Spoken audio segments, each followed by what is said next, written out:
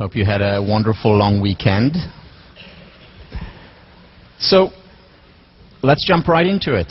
So where did we leave last time? Last time we talked about the power of the situation. We talked about how beliefs become self-fulfilling prophecies, and how it is through the situation that we very often create expectations, beliefs of people, and these beliefs become reality. And we talked about how social psychology essentially started with some very important experiments, such as the Milgram effect, or obedience to authority, such as Zimbardo's prison experiment, where prisoners were put in, or students played the role of prisoners or the role of wardens, and they actually entered that role so totally that after a week the experiment had to be stopped when it was supposed to go on for 2 weeks. And then the question we asked was, okay, so we know that the situation is powerful, we know that it makes a difference. Can we also create a powerful, positive situation to bring out the best in people? And the answer is yes. And we started talking about it, and we talked about Professor Langer and her research, and how she showed that putting elderly men in an environment where they were actually, or where they acted as if they were 20 years younger, actually became younger, to the point of having higher levels of intelligence, to the point of improving their memory, improving their eyesight, improving their hearing. The distance between the bones in their fingers actually became longer, which is a sign of younger age. They were rated by others as well as by themselves as stronger and younger, just because they acted as if it was 1959 instead of what it really was, which was 1979. The power of the positive situation. And then she did another more research on people going for an eyesight test and then putting them in a situation in a flight simulator, and the exact same eyesight test, they actually performed better just because of the situation. And we moved on, and that's where we ended last time, by talking about priming. Priming can be done on the conscious or subconscious level. It means planting a seed, planting a belief, planting a word or a picture in our mind, consciously or subconsciously, and how that actually influences our behavior. So Barge, that time of NYU, did the research where he primed people with words associated with old. Words, if you remember, such as wrinkles, words such as old, words such as Florida. And as a result of this priming, those participants in the study actually walked slower, were actually more stooped, when evaluated by researchers who were not aware of their condition, meaning they didn't know whether they were primed with control words, just random words, or with words associated with old. So it was just through the priming that people actually started to behave differently. The power of the situation, the power of the environment.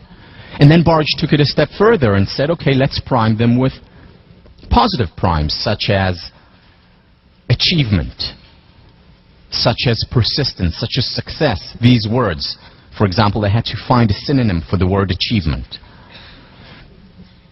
Those who were primed with these words on intelligence tests and on memory tests actually performed better than the control group who wasn't primed with these words.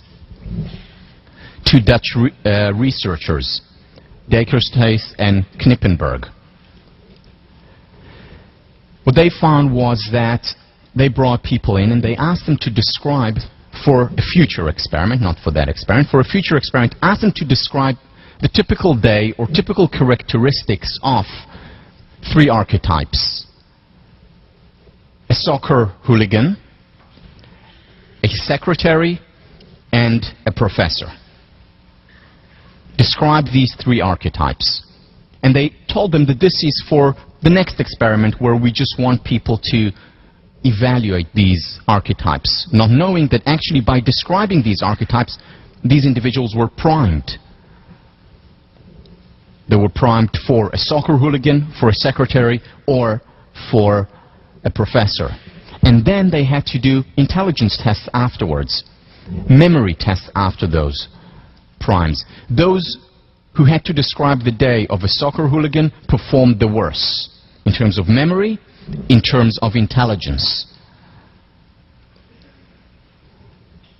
Then there was the secretary, and those who performed the best were those who described the professor. Now, they didn't study any harder before. Nothing changed except for the fact that there was a prime, there was something planted from the environment in their minds. The question then is, how can we create a positive environment for ourselves where we're primed by the positive, where we can be happier, more successful, and so on? And there are many ways in which we can do it. Let me share a few. And in fact, this is going to be your assignment for this week, or one of the assignments, to create a positive environment. So here are some of the examples. Have pictures of people you love or places you love. The important thing about these things is that even if you don't see them, you see them. So on the subconscious level, it's still there. Even though on the subconscious level, when people are primed, they don't really see the word, say, achievement on the screen when it's there for 25 milliseconds. They don't really see it, but it registers. So even if a picture is there and you don't, quote-unquote, really see it or are not really conscious of it, mindful of it, it still has an impact on you. So have pictures of people you love. Have pleasant objects, whether it's memorabilia, whether it's flowers, whether it's art, your favorite art. So I have in my house and my office my favorite art on the wall by my favorite artists. And let me share with you a few. I actually brought them here. These are very valuable. I insured them, so it's not a problem. So this is this specific artist from the first phase of his career. As you can see, very powerful strokes, very intense, very deliberate, and just gorgeous. And here is by the same artist from the second phase of his career. Here you already begin to see impressionist influence on his work. But still, you see the same trend, the same power, the same intensity. So I have these on my wall. There's a new and upcoming artist whom I want to introduce you to. She still doesn't have a second phase. She's only 1 year old. But this is work done with the help of her mom. But again, these are on my wall, and they remind me every day. And even if I've seen them hundreds of times, it's still there. I think about my kids. And then I also have other, lesser-known artists' work on my wall. Again, this is probably you've not heard of this one. This is Rodin, the thinker. And so I have this on my wall. It's my favorite sculpture. And then I have another piece by Rodin, just to remind me that it's not all about thinking, that there are other things that make life worth living. So this is Rodin's The Kiss, for those of you who know it. And again, have these things on your wall, create an environment where you feel warm, where it's fun for you to be there. Quotes. I love quotes. And I know that many of you love quotes. Some of you have sent me your favorite quotes. I have on my wall a list of quotes, and they're there, and even if I don't see them, I see them. So for example, let's see if I brought some here. Yeah, here they are. So one is by John Quincy Adams. Patience and perseverance have a magical effect before which difficulties disappear and obstacles vanish. So priming the issue of persistence, by the way, which is one thing that Barge did. He primed that, and people actually became more persistent. George Eliot, or also known as Marianne Evans, my favorite author, as she wrote, "The important work of moving the world forward does not wait to be done by perfect men." I'll talk about perfectionism, which is a very important, very personal theme for me in about 3 weeks. So she's very much a role model. Camus, in the depth of winter, I finally learned that there was within me an invincible summer. You know, a quote that has helped me through hard times. Henry David Thoreau, if one advances confidently in the direction of his dreams and endeavors to live the life which he has imagined, he will meet with a success unexpected in common hours. Again, I have these quotes up on my wall, and a few others, and many of the quotes that you see in the chorus, and they prime me, they remind me, they create the environment for me. We'll talk about art in the next section, its importance. Have your favorite books next to you. Listen to music, but listen to it mindfully. Not just as background music, but music that inspires you, whether it's Rocky, whether it's Eminem, whoever it is.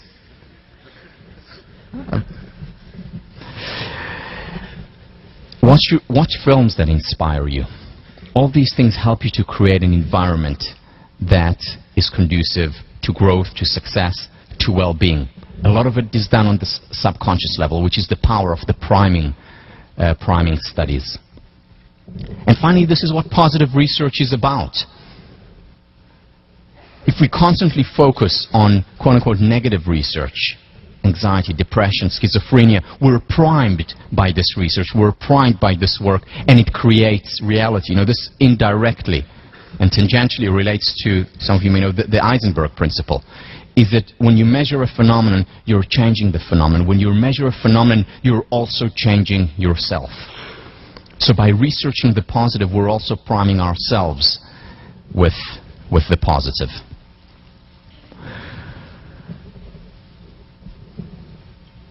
Now, a lot of this work that I'm talking about today and that I'll talk about next time actually comes from the self-help movement. In many ways, the self-help movement was started, at least in the 20th century, was started with the understanding that we create the world through our thinking, that our mind creates the world. And books like these came out back in the 1930s. Think and Grow Rich. This book, since 1930, sold over 60 million copies. It's still selling. It's a bestseller in the US, it's the bestseller in China and India, it's the bestseller in Africa, it's the bestseller in Europe. It has an impact on people, and here is one of the things that Napoleon Hill says: whatever your mind can conceive and believe, it can achieve. Whatever your mind can conceive and believe, it can achieve. Very empowering.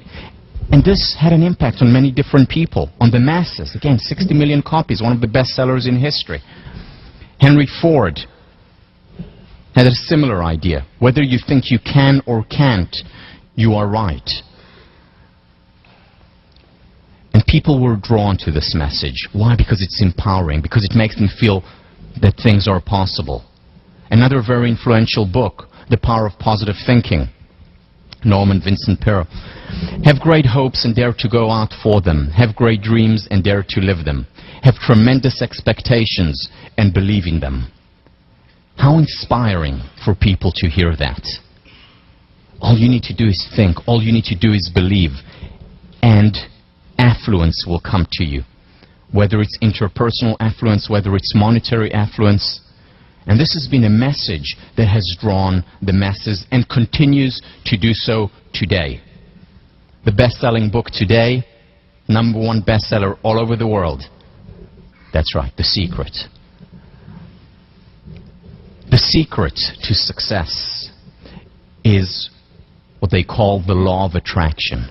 The law of attraction is that you attract to your life whatever you imagine, whatever you believe in. Again, a powerful message. Millions and millions of copies of this book being sold.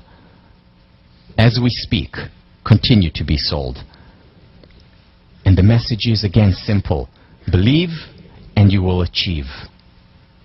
Conceive and it will be conceived. In reality, in the world, it will come to you. Very convincing, very inspiring message, but is this message right? Well, we talked about this and we saw the Roger Bannister story. You know, one day or 6 weeks after Roger Bannister runs the mile in 4 minutes, or 3:59, John Landy runs it in 3:57.9. The year after, 37 runners run the mile in under 4 minutes. So there is something to it. Once they believed it was possible, it became possible. And here is the issue with much of what's going on in the self-help realm today. It draws on a truth, a real truth, and then blows it out of proportion. So yes, there is some truth in the fact that our mind creates reality. But that's only part of the truth. We create reality, or rather we co-create reality. There has to be something out there or in there. For example, when it comes to The Secret, if you believe that you're likely to succeed, you're much more likely to succeed, but that has to come with a lot of hard work and persistence. It has to come with a lot of failure and learning from that failure. So it's just half of the equation, and what these self-help books and messages do is overpromise and underdeliver, which at times can be destructive. For example, if everything is based on the law of attraction, I create everything, then everything is up to me, and also everything is my fault. Even taken to the extreme. Is a 3-year-old girl responsible for being abused? Is a 30-year-old man responsible for being paralyzed as a result of an accident by a drunken driver? There are certain things that are out there, and when we say that everything is up to us, everything is created by the law of attraction, then it's a prescription, maybe in the short term for inspiration and for belief and for well-being, but in the long term it's for frustration, for guilt, and for unhappiness. And also for less success, because if I really believe that it's all about thinking, then this is going to be my mindset. All I need to do is believe, and then all the money will come to me. All the success in a relationship will come to me, and that does away with the hard work, with the persistence, with the failure that is necessary, part and parcel of a successful, happy, fulfilling human life.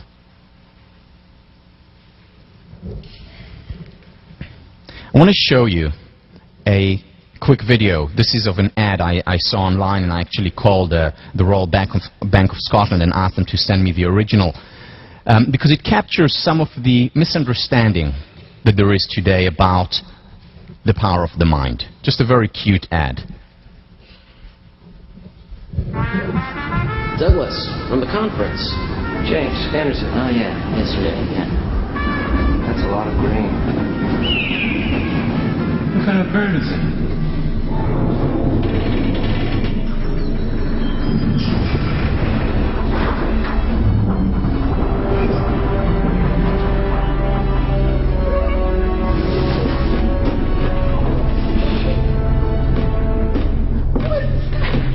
I don't know. It's okay, guys.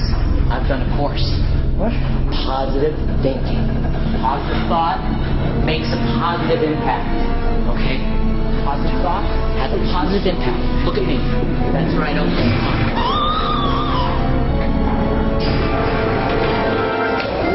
Talk is no substitute for action. That's the power. Make it happen. The Royal Bank of Scotland Group. I am good. Yes, you are.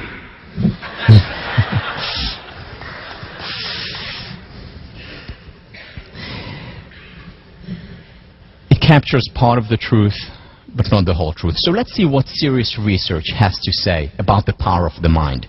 A real phenomenon, actual phenomenon, but one that we need to also apply real research to and see what works. Albert Bandura, whom you're reading about for this week, has done a lot of work on the concept of self-efficacy, which is essentially the academic term for believing in oneself. And here is what he writes after decades and decades of research. He, by the way, won the Researcher's Prize for the Positive Psychologist last year. So he's doing a lot of research in this area. He's from Stanford. Beliefs in personal efficacy affect life choices, level of motivation, quality of functioning, resilience to adversity, and vulnerability to stress and depression. Those who believe in themselves, who have confidence, do well across different areas in their lives. He continues, people who regard themselves as highly efficacious act, think, and feel differently from those who perceive themselves as inefficacious. They produce their own future rather than simply foretell it. In other words, what he's talking about here is that these people are scribes in their own lives. They create their own lives as opposed to their lives being prescribed by others. They're more resilient, better able to deal with hardships and difficulties. In other words, better capacity, as we discussed earlier, to deal with difficulties.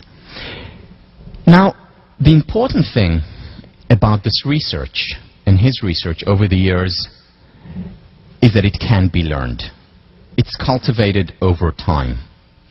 So it would be useless if, in terms of research, at least for us, if he would say, well, some people are born with it and others are not. Some people are born with what they started to talk about, the resilient gene, and others are not born with that. But that's not the case. What he has shown is that it can be learned. It takes time, it takes effort, and we'll talk about later how we do it. But the important thing, it's malleable. We can do something about it. Other research by Curry on college athletes, I know there are many athletes in this room, she showed that 56% of your success as an athlete, once you start being an athlete, is determined by levels of hope, by how much you believe that you are going to succeed. Remember from the very first or second class where I talked about the research by John Cotter about the business HBS graduates, where the two things predicted success in the long term, extraordinary success of these grads. One was that they were constantly asking questions, and two was that they believed in themselves. They thought they could do well.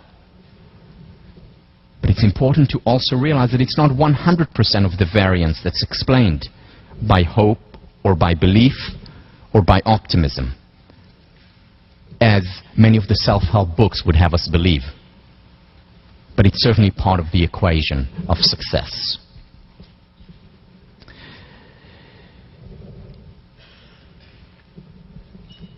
Nathaniel Branden has been a therapist for 50 years, has done a lot of rigorous philosophical and psychological research and work on the concept of self-esteem. We'll visit him more in depth when we have the week on self-esteem. But for now, just a quick quote. The level of our self-esteem, in other words, the level of our belief in ourselves, has profound consequences for every aspect of our existence. How we operate in the workplace, how we deal with people, how high we're likely to rise, how much we're likely to achieve, and in the personal realm, with whom we are likely to fall in love, how we interact with our spouse, children, and friends, what level of personal happiness we attain. Very low levels of correlation between material affluence and well-being, or between where we live and well-being. Very high correlation between self-esteem and well-being. In most research, what we find is a 0.7 correlation between the two constructs. This is what I found in my dissertation as well. So self-esteem matters. The internal matters. And what we're doing when we enhance, when we raise our levels of belief in ourselves, is we're transforming our mind. We're changing the form so that we see the world differently. We perceive different things. We experience things in a different way, whether it's successes that we then celebrate or failures that we then learn from and turn into opportunities. But so much of it is about what we have inside here. Branden, self-concept is destiny. Very similar to whatever your mind can conceive it can achieve from Napoleon Hill. The only difference being that he also puts a lot of rigorous thinking and research there and shows the limitation of the belief. Here's another example of research done in this area which most people know about, the placebo effect. You go to the doctor, you have a headache, the doctor tells you, here I have a pill for you. The best thing just came out recently. Will help you get over the headache. Gives you the pill, you get over the headache. Unbeknownst to you, what she gave you was a sugar pill. But because you thought, because you believed that it will help your headache, it actually did help your headache. Real phenomenon in medicine. So Herbert Benson, from across the river, from the medical school here, has done a lot of research in this area. Let me share with you just two of his studies. What Benson did was bring in women who were pregnant and who had stomach problems. Were vomiting, they were throwing up, they were nauseous, something which is relatively common, especially in the first trimester of pregnancy. So he brought them in and told them, I have this new pill for you that will help you overcome your stomach distress. You won't throw up anymore after this. It's a very powerful and good pill. So he gave them that pill, and they got over their stomach distress. They were better. They didn't know, of course, that this was just a placebo drug, just a sugar pill. But then he took it a step further, brought in another group of women with the exact same stomach distress, with same vomiting, gave them a pill he told them would help them overcome their stomach distress. Only this time, instead of a sugar pill, he actually gave them small dosage, not dangerous, but a small dosage of Ipecac. Now, those of you who know what Ipecac is, it's a drug that we take if we want to throw up. So if we have food poisoning, we take this drug and it will actually elicit vomiting. So he gave him this drug, and again, this passed all the ethical reviews and was not dangerous, but that's what he did. And these women were told that they'd get better. And they did get better. Not only did they not vomit as they should have done, more so with the Ipecac, they actually stopped. Let me read you an excerpt from his book, which I highly recommend, Timeless Healing. I quote, "Remarkably, the patient's nausea and vomiting ceased entirely, and their stomach contractions, as measured through the balloons, returned to normal. Because they believed they received anti-nausea medicine, the women reversed the proven action of a powerful drug. Even though many of us stock our medicine cabinets and first aid kits with Ipecac to bring about vomiting in case of poisoning, these pregnant women with documented stomach distress thwarted the action of a drug that should have made them even sicker. With beliefs alone, they cured themselves." Now, this doesn't mean that drugs don't have an effect. I don't recommend going home now and, giving your roommate, Ipecac or even worse, cyanide, and telling them this is actually vitamin C. They will probably not feel better or healthier as a result. But what this experiment does, and many others like it show, is the powerful effect of the mind, which we shouldn't discard. We need to study and understand. Or here's another experiment that Benson writes about in his book. This was done in Japan. So, people who were allergic to a specific plant were brought into a lab, had their eyes closed, and then they had this plant touch their forearm.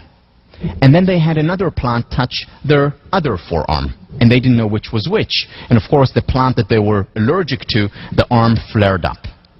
They were allergic to it after all. But then, there was a second condition. These people were told that the actual drug that they were allergic to touched their left hand. And another plant that they were not allergic to touched their right hand. But Benson reversed the effect. So actually the plant that they were allergic to touched their right hand, the plant that they were not allergic to touched their left hand. So they were supposed to flare up on the right, not on the left. But because they believed that their allergic plant was on the left, their left hand flared up, their right hand did not. Based on the power of the mind. Once again, This does not mean that the external doesn't matter and that we attract everything that we want to into our lives. But it does mean that the mind plays a very important role in creating our physical, certainly emotional, cognitive, as well as external reality. Beliefs very often become self-fulfilling prophecies. But how does it work? How does it work?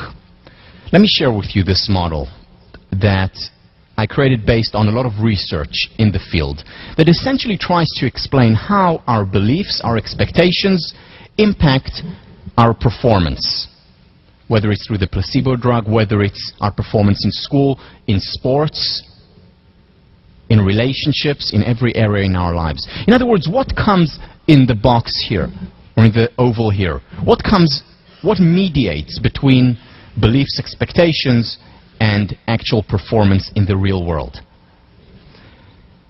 I want to talk about two mechanisms. The first one is very straightforward, relatively simple. It's motivation. So, if I believe that I can do well, and think about your own past experiences, when you believe that you could do well in something, you're much more likely to be motivated than if you think that you're hopeless and have no chance. You're much more likely to resign and not do anything. You're much more likely to be motivated before the event, whatever the event may be, in training and practice, as well as during the event, while it's taking place. Think about what Marva Collins did. She motivated her students. She made them believe that they could achieve, that they could make something out of their lives, that it was their responsibility, that it was up to them. And that made all the difference for them, because they were motivated, they worked hard. So motivation makes a difference. There is another thing, though, in addition to motivation, and that is the notion of consistency or congruence. What does that mean? You see, we all have a mental schema of the world, a mental schema of the way the world should be, ought to be, or is. For example, I have a mental schema that suggests that things fall when left in mid-air. So I have a schema that says that if I drop this, it will actually fall. I have a schema about my ability in mathematics, that I'm either a good mathematician, that I have potential in this area, or not. I also have a schema about other people. I like this person. That person is a nice person. Versus this person is just not nice, cruel. So we have schemas about other people, about ourselves, about natural phenomena. This is inside the schema. And then there is the outside world. In the outside world, actual things take place. So for example, when this is left in mid-air, it falls. This has nothing to do with my schema. It's outside, regardless. It happens regardless of my schema. Now, I have certain potential in mathematics, regardless of my schema. A certain person behaves generously and benevolently toward other people, or in a hateful manner toward other people, regardless of my schema. So there is what's inside and what is outside. And here is the key point. You see, the mind does not like when there is a discrepancy between what is inside and what is outside. The mind likes when there is consistency, congruence between the two. And if there is no congruence, if there is no consistency, then we experience a sense of dissonance. Then we experience dis-ease. Doesn't feel good, doesn't feel right, and we do very often everything that we can to get the two on par again, either by changing the external reality or by changing our mind to match the external reality. We don't like when there is inconsistency. There are a few ways in which we can create this consistency again. Let me share with you just some of them. And I'm going to share four. They're interconnected. There is relationship between, there is overlaps, but just so it helps you think about it. That helps you understand the dialogue that takes place between what is inside or what is inside and what is outside. So the first thing we can do when there is a discrepancy, when there is inconsistency between the two, is update schema. This is the first thing we can do. So I didn't know things fell when left in midair. Now I know. I updated my schema. Or I thought that person was actually hateful, but I just saw them behave so generously and benevolently. Now I update my schema. It's a nice person. The second thing that we do, which happens much more often than the first one, is ignore or discard external information. We ignore or discard external information that doesn't match our schema. We don't like this inconsistency. We just throw the inconsistency out, so to speak, by ignoring it, discarding it. The third thing we do, we actively seek confirmation. We actively seek confirmatory data. I mean, think about number 2 and 3. Think about it in the realm, we're in the midst of election year. Think about the person you're not going to vote for, or the person you didn't vote for. What we do, very often, let's say I see President Bush doing something good, actually fighting for a cause that I believe in, but I didn't vote Bush, for instance. Very often what I would do is ignore and discard that information, and then look for confirming evidence that will suggest or that will confirm to me why I don't like Bush in the first place. The same regarding, say the future elections, Hillary or Obama. If I dislike them, I will look for confirming evidence why I dislike them. And even if they do things that I like and value and believe in, I very often will ignore these things and discard them. And what you're doing here, you're creating a reality, because you're asking a question such as, where has Bush done terrible things? Or where has Hillary or Obama did terrible things? And when we ask these questions, we completely ignore, discard, not see the positives. Remember when I asked you about the geometric shapes? You didn't see the children on the bus, even though they were right there in front of your very eyes. So we know that questions create reality. And in order to maintain this consistency, we do very often one of these two things. Either ignore and discard, or seek confirming evidence, positive or negative, to back up our schema.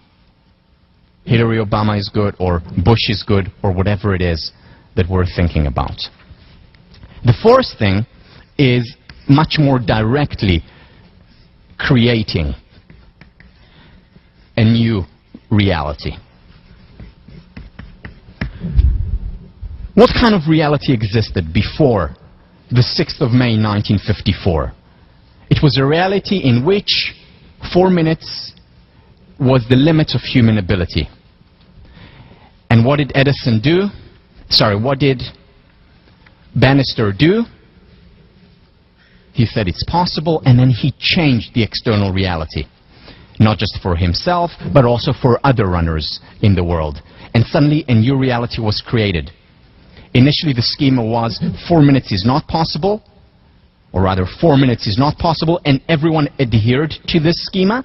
Roger Bannister came along, said it is possible, and changed that reality, not just for himself, but for other runners who were there.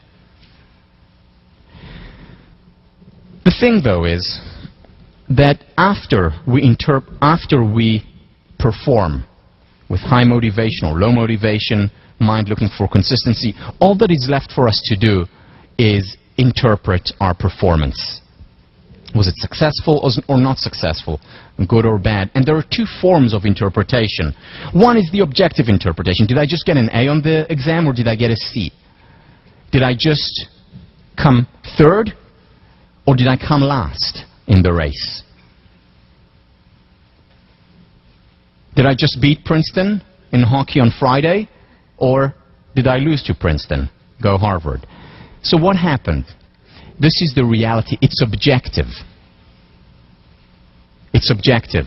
But then there is also the subjective interpretation based on my beliefs. Let me share an example with you. This is a story told about Thomas Edison.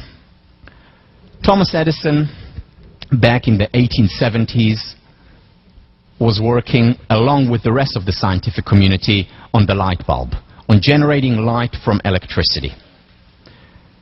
The entire scientific community, or much of it, was working on that issue with no success. Thomas Edison being no exception. A journalist from one of the local papers came to Thomas Edison to interview him. He was already famous by then. He had invented many things. And they were talking about various things. And then they got to talk about the light bulb. And the journalist said to Edison, "Mr. Edison, you've been working on the light bulb for many years.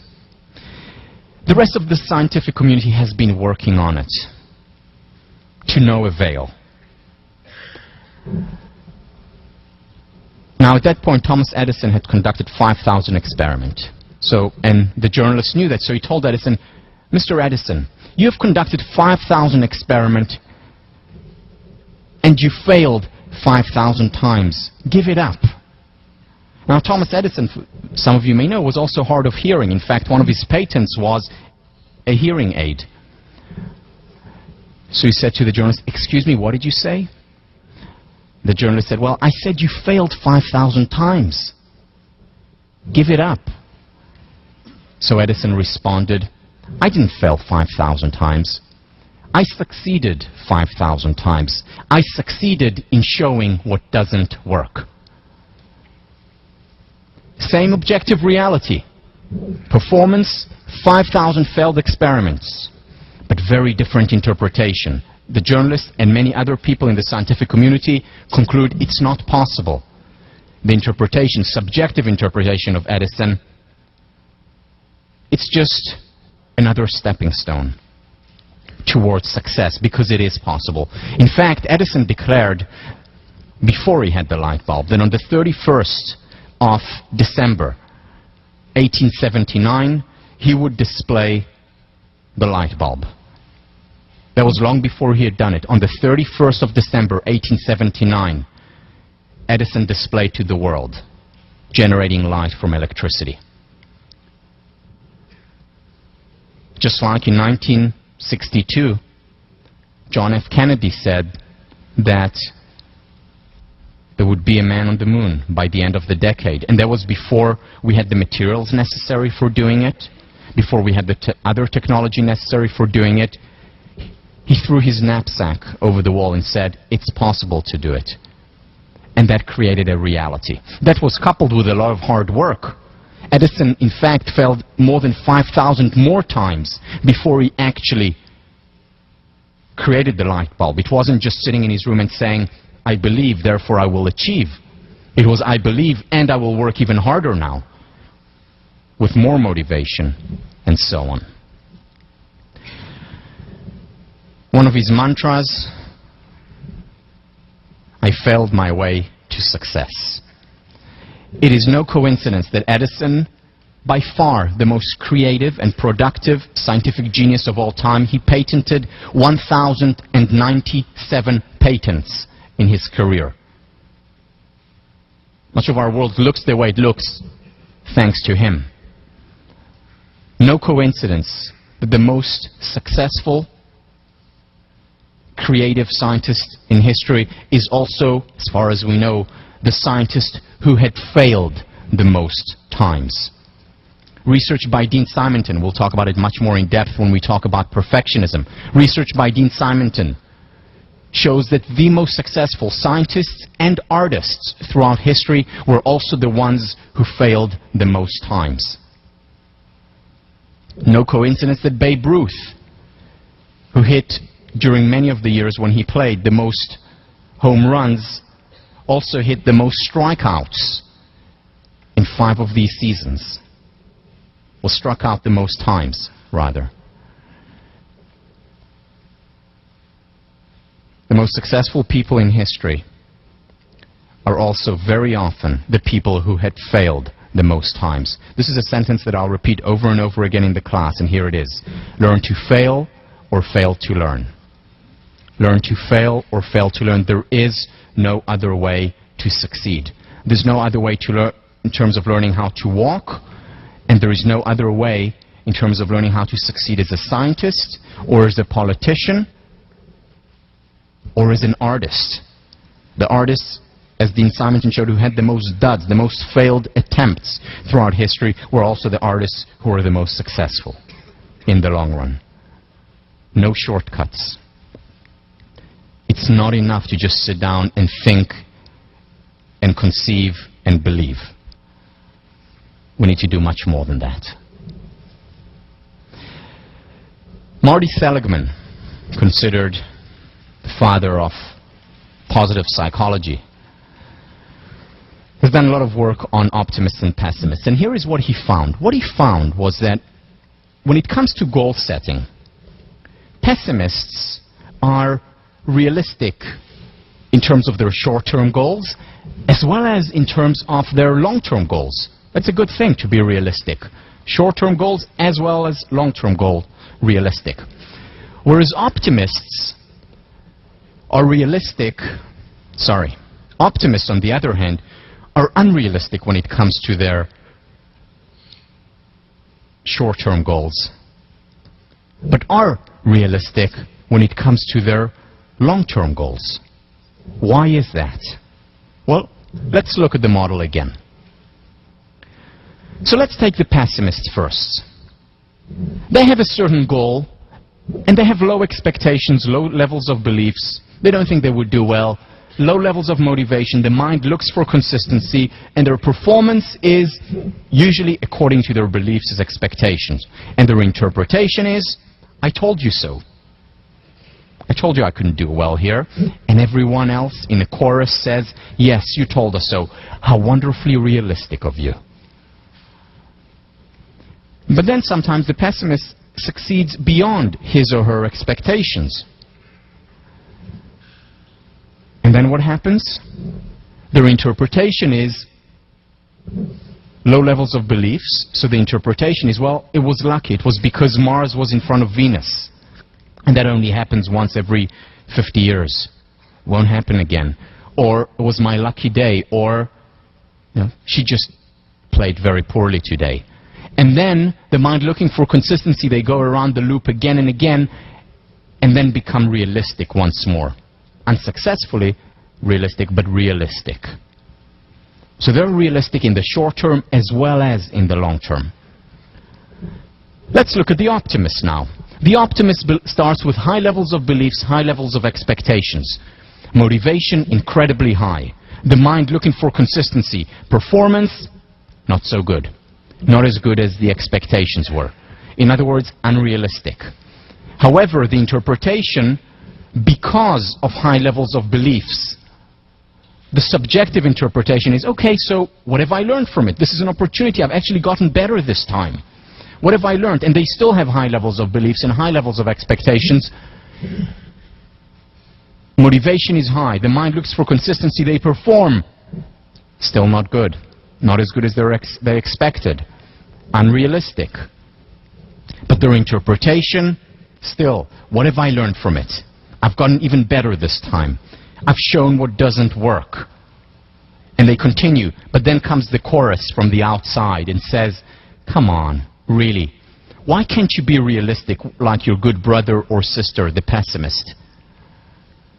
But they believe that they can do it. And they continue to persist and to work hard again and again, 5 times, 10 times, sometimes 5,000, even 10,000 times, until they bring the quote-unquote unrealistic reality and make it realistic to match their beliefs over time. So even though in the short term the reality may not match, I may run the mile for the next 10 years in 4 minutes and 12 seconds or 4 minutes and 2 seconds, but I'll get there eventually and make my unrealistic quote-unquote expectations and goals realistic. Through a lot of failure, through a lot of hard work, through a lot of persistence. What Seligman shows about optimism and pessimism is not that it's just some Pollyannish feel-good, conceive and believe kind of approach. Rather, it's about how we interpret events. So, for example, how do I interpret my failure? As end of the story, catastrophe, give it up, or as an opportunity for success? So he distinguishes, and we'll talk about it more next time, he distinguishes between interpreting an event as permanent or temporary. I just didn't create light from electricity. So that could mean, well, it's not possible and I'll never do it, or it could mean, well, this is another step towards success, showing what doesn't work. I've just been turned down from a job that I wanted. Well, it means I'll never find a job, or that's a temporary setback. Let's see what I can learn. Let's see how I can hone my search and find eventually my ideal position. It's also about being pervasive or specific. Pessimists look at things as being the negatives, being pervasive. Well, I'm just not a good scientist. Versus, well, I just wasn't able to get this experiment right this time. Or if I get a poor grade on an exam, I'm just stupid. Pervasive, everything, all or nothing. Versus, I just didn't do well here on this specific exam. What can I learn from it? How can I do better next time?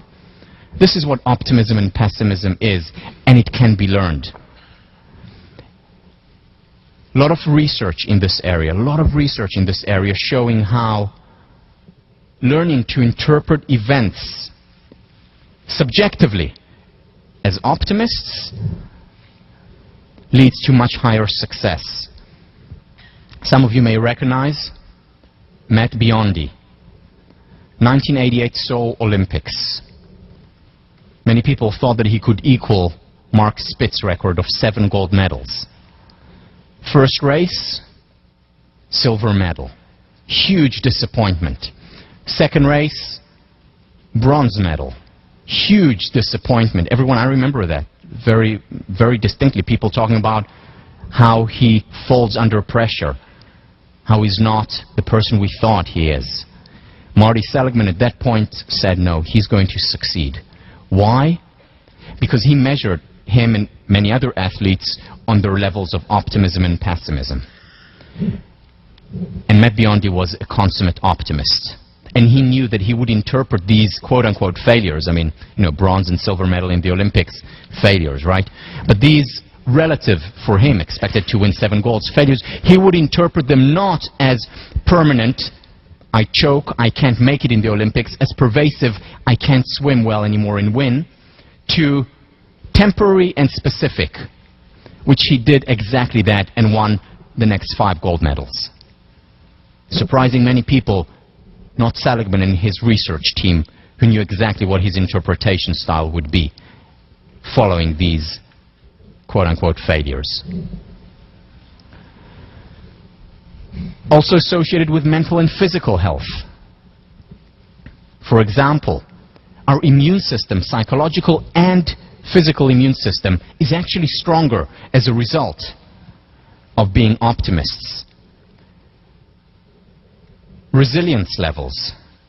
A lot of research by Karen Rivich shows that if you teach people to interpret things positively, optimistically, they're much more likely to succeed. Those of you who are interested in more about this, her book, The Resilience Factor, Karen Rivich, fantastic book, where she talks about programs implemented where within a few weeks kids are immune to the experience of depression 2 years hence. People who learn to be optimistic, and she teaches them in a short period, it's 2 weeks. Compare that to the 5 years of the Cambridge Somerville study. Within as little as 2 weeks, people who are taught optimistic interpretation style become happier. Those who learn it are 8 times less likely to experience depression. 8 times less likely to experience depression if you simply learn a different interpretation style. I haven't failed 5,000 times. I've succeeded in showing what doesn't work. So what if I didn't do well now? I will do better next time or the time after that.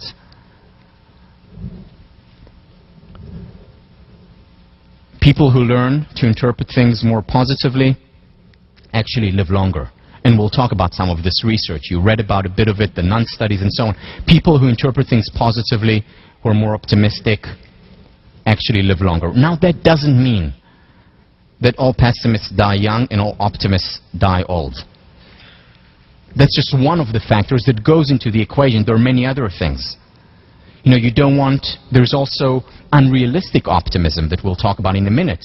You know, a person who's optimistic and says, I'll live till 120 no matter what, and smokes, 120 cigarettes a day, will probably not live to 120. So it's not just about the belief, but a lot of it is. And finally, as I mentioned time and again, it can be learned. And we'll talk about how it can be learned and how we can learn. And you'll do it whether it's in your response paper, not for this week, but for the next week, as well as in sections, as well as by yourselves. A technique that can be learned and can have all these positive effects.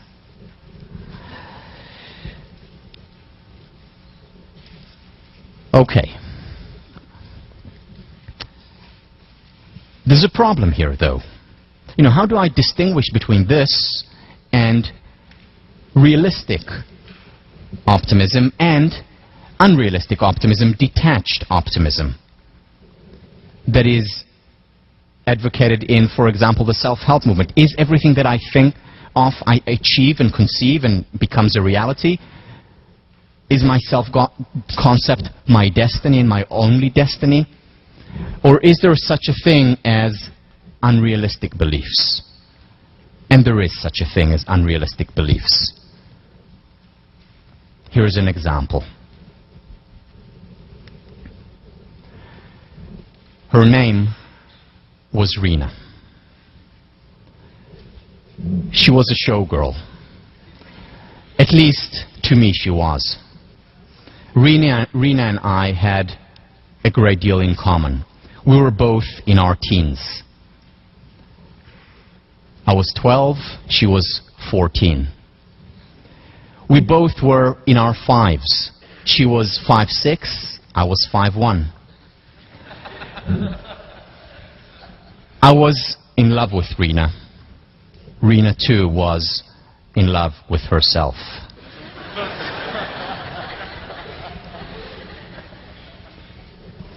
Now, just as a side note, I have a wonderful mother, an amazing mother who believes in me. And in fact, when the three of us, we were 3 brothers and sisters, would come home from school, we would very often talk to our mom about everything that was going on in school, good and bad. So I came home after I realized that I was truly and madly in love with Rena and that she was the one for me. I came home and talked to my mom about it. And I told her, Mom, I love her so. So she said, what's the problem? And I explained to her that she was older than I was, that all the big boys in the school were interested in her, that she was much taller than I was. And my mother believed in me and went on a self-fulfilling prophecy campaign. And though she had never read Napoleon Hill, she said to me, Tal, whatever you conceive, whatever you believe, you can achieve. And though she had never read Brandon, she said to me, Tal, your self-concept is destiny, and Rena is your destiny. And she told me that if I truly, truly believed that I could, that Rena would want me. She really would want me. And my mom inspired me and made me believe in myself. So I went ahead to approach Rena. And I prepared for it.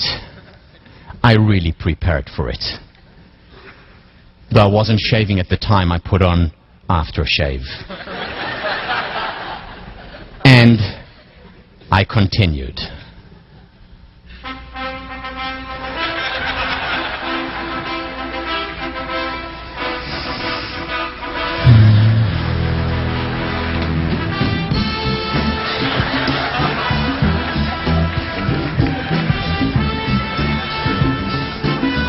I can do it. I know I can. And I approached Rena, but then the music stopped.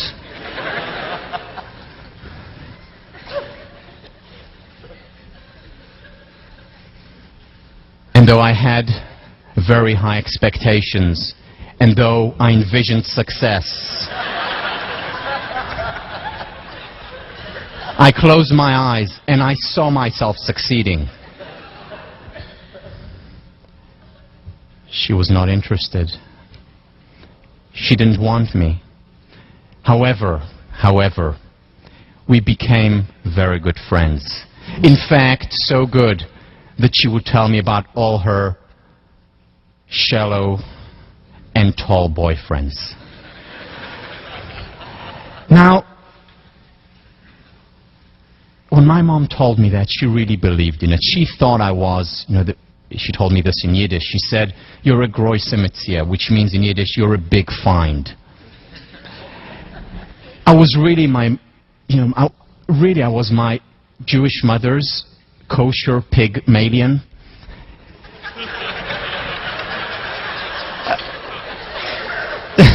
So bad, yeah. That took me a lot of time to think about, so you better appreciate it. But thank you. But it didn't work. And again, don't get me wrong, I'm very grateful to my mom. I literally had 24/7 Marva Collins in my house. I owe so much to my mom. However, in this case, it probably was not the realistic belief. So what is realistic? How do we identify what is realistic and what is not? Here are some ideas to help us do so. The Stockdale paradox. It's about finding the tension and reconciling the tension, and it's not easy. Again, I'm not going to give you a formula now to tell you, okay, here is, calculate this, and if it's above a 7, go ahead with Rena. Below 7, probably not so. There is no formula, but here is just a heuristic, something to think about when you think about beliefs. Admiral Jim Stockdale was the highest-ranking prisoner of war in the Vietnam War. And he started to notice a phenomenon. He was there for years, eventually got out and lived to tell the tale. Many others did not. And he saw many people survive, many people not survive, the very harsh conditions of the prison. And what he found was that the people who survived had two characteristics. First of all, they believed that they would get out. They had faith that one day they would be free. They would get to see their family, their friends, and this faith kept them going. At the same time, and this is the second component, they had realistic beliefs and evaluation of the situation. If any one of these two components were missing, they were unlikely to survive. If they didn't have faith and they didn't believe that they would survive, they were very likely to die in the harsh conditions. On the other hand, if they thought that they would get out by this coming Christmas, and really believed that they would get out by this coming Christmas, they were also less likely to survive. Because they didn't get out by this coming Christmas, and then they were despondent, resigned, helpless, and very often they died. So it was the two components: believe that you would get out, but at the same time know that you need to deal with reality, and that it's tough. Here is what Jim Stockdale said: "You must never confuse faith that you will prevail in the end, which you can never afford to lose, with the discipline to confront the most brutal facts of your current reality, whatever they might be." Realistic optimism. Now the thing is that you may be wrong at times, and sometimes you may really believe in something and believe that you have realistic expectations and not succeed. But as we talked about, and as we'll talk about in a few minutes, it doesn't matter that much. Because even if we don't succeed, we just bounce back up and continue working hard. The key, though, is as much as possible to attain this balance, what Maslow calls the graceful integration between high levels of beliefs and connection to reality. No prescription here, but just a heuristic, something to keep in mind. Positive thinking is not the secret. Yes, it's absolutely part of the secret. Yes, it's part of the success formula. It's part of the happiness formula. But it's not all. False optimism sooner or later means disillusionment, anger, and hopelessness. Here is the secret of success. This is a secret proven by research. Thousands of years of research on successful people in different cultures, in different places, in different ages. It's optimism, passion, and hard work. It will be very hard for you to find successful men and women throughout history who did not have all three.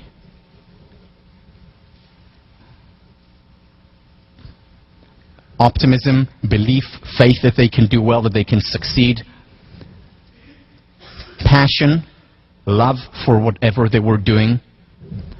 And hard work. There is no substitute for hard work, as Edison said. These three components, the secret, simple, straightforward. You know it all. Remember what I said during the second class. I'm not going to teach you much new. I hope to remind you of what you already know. Optimism, passion, and hard work. Does luck play a role? Absolutely. Jefferson, I'm a great believer in luck, and I find that the harder I work, the luckier I get.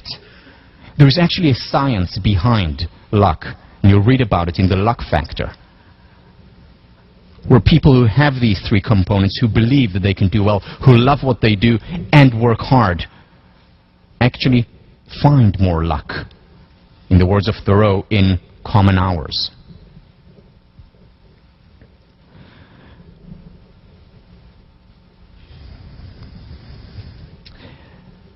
Okay, so why don't all parents teach us to have high expectations if it's so good for us? If it's related to success, to happiness, to physical well-being, why don't all our parents just say to us, wherever we were, you can succeed, you can do, if you dream about it, you can do it? Why did very often parents and people who care about us lower our expectations? Because they were concerned about our happiness, they were concerned about our self-esteem. You see, there's a lot of belief, people believe that high expectations naturally lead to disappointment.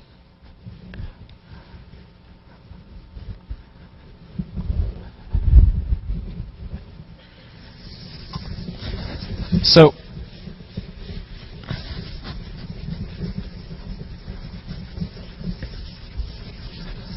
high expectations lead to disappointment, and it sounds right. I mean, this is a formula that was written in the 19th century by William James.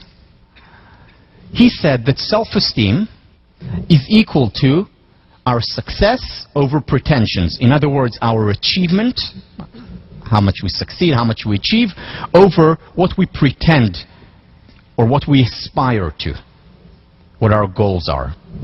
In other words, if we have high expectations, high pretensions, we're much more likely to hurt our self-esteem. For example, let's say my aspiration, my pretension, my expectation is to make $4,000 a month. Again, I'm just throwing a numerical example here because it's easier to understand. Let's say my hope is to make $4,000 a month. That's my pretension. But in fact, what I end up making is $2,000 a month. According to William James' formula, my self-esteem, and as we know, self-esteem and happiness are very highly correlated and related.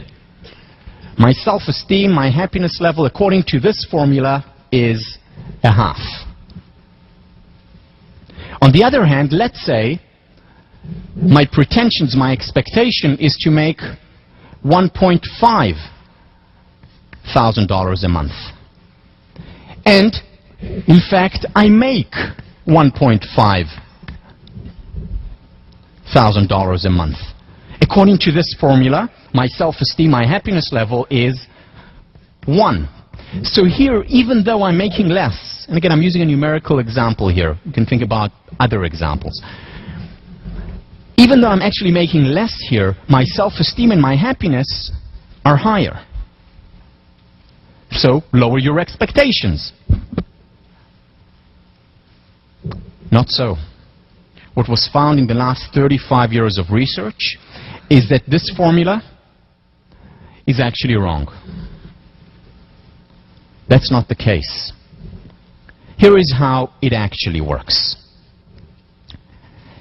Let's say we have a graph, and this is time, and here is my self-esteem levels and happiness levels. And let's say I start off around my base level, which is here. And then I have a midterm in positive psych. And I don't do as well as I expected to do. What happens to my self-esteem? What happens to my happiness? Of course it will go down. It's natural. We all want to succeed, or most people want to succeed. So it goes down if it's below my expectations. But very quickly, as the research by Daniel Gilbert shows on effective forecasting, very quickly we go back up to our base level of happiness. And then a week later I have another midterm in, say, Math 55. And I ace it. I get much higher grade than I expected. And what happens to my self-esteem and happiness? Goes up. But then very quickly goes back down again. And then, let's say I'm 12 years old, and I walk down the street and I meet Rena. And I ask her out. And she says, no. What happens to my self-esteem and happiness? It goes down slightly.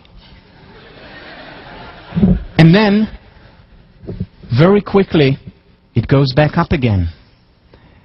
And then, lucky me, I walk down the street and I think I see Rena, but there's something different about her. And it turns out she has a twin sister. And I ask her out. And she says, no. And what happens? Once again, slightly down. But then I recover and go back up again. And you won't believe it. They're identical triplets. And I meet the third sister, and she says yes. She says, I love you too. And what happens to my self-esteem and happiness? It goes up slightly, right? Even taller than this. But then very quickly back down to base level, and so on and so on. The vicissitudes of life, whether I get tenured or not get tenured, whether I win the lottery or lose money, the ups and downs around a base level of well-being. Now, there's good news here and there is bad news here. The good news, I can take more risks. It's not the end of the world if she says no. It's not the end of the world if I fail here or if I don't get my dream job. It's okay. I'll recover. We all do. So that's the good news. The bad news is, so I'm stuck. So I was born with this base level, according to my genes, and I can't really improve. How do I raise this base level of happiness? And it's possible. And we'll talk about, the whole course is about raising this base level of happiness. But here is one finding from specifically the research on self-esteem, on one thing that you can do right now when you get out of class to raise self-esteem, and that is to cope as opposed to avoid. To cope, meaning to put yourself on the line. To take risks, not when you're in your panic zone, but when you're in your stretch zone. To risk failure. To handle things, to deal with things, to confront things. that are important to you, to try out for that play, to speak out in section if you haven't, to go out to a place where you really want to go but are a bit shy, to try. Because people who cope over time have the same or sometimes more ups and downs, but their ups and downs look like this. Still ups and downs, permission to be human, but the base level increases. Why does the base level increase? And I'm going to end here. Why does the base level increase when we cope rather than avoid? For 3 reasons. First, self-perception theory. Daryl Bem, I think either Dartmouth or Cornell. What Daryl Bem showed was that we derive conclusions about ourselves in the same way that we derive conclusions about others. So, for example, if I see a person going up to people and, initiating a conversation, or speaking up in section, or trying out for plays and trying again and again, my conclusion about this person, oh, this person is courageous. This person must have high self-esteem.